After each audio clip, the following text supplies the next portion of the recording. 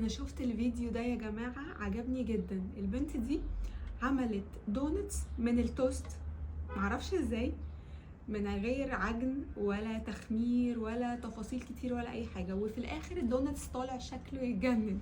يلا بينا نجرب ونشوف النتيجة ايه. التوست هنشيل بقى كل الاطراف بتاعته، بصوا بالمنظر ده كده. شلنا كل الاطراف. هنحتاج بقى بولة فيها مية صغيرة، وهنجيب التوست بالمنظر ده، هناخد عليه نقطتين 3 ميه كده،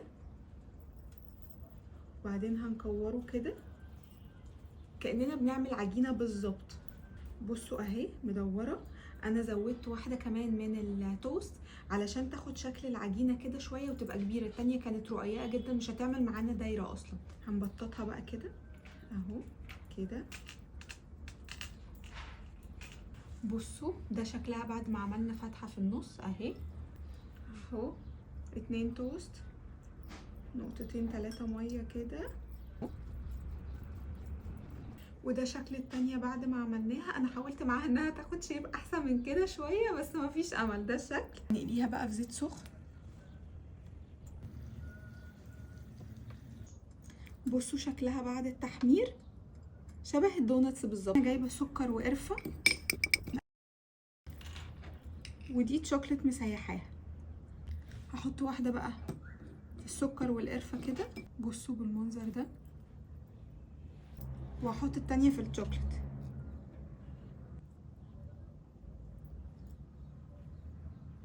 بصوا شكلها، بصوا بقى شكل الاتنين عامل ازاي. يلا ندوق بقى. خلصنا خلاص عشان نعرف النتيجة ايه.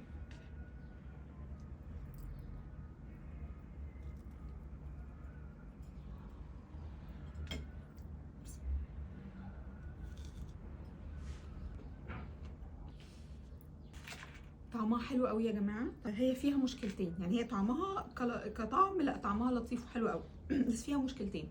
اول مشكله مشكله التشكيل، وانا بشكلها عشان اعملها دايره واعمل فيها فتحه في النص وكده كانت بتشقق من الجناب، لان هي طبعا مش عجينه، ده عيش في الاول وفي الاخر، فهي كانت بتشقق من الجناب. دي اول حاجه. تاني حاجه من جوه بقى كده نحس ان هي معجنه سنه، يعني دي مقارنه بالدونتس العادي، لا طبعا الدونت العادي احلى بكتير.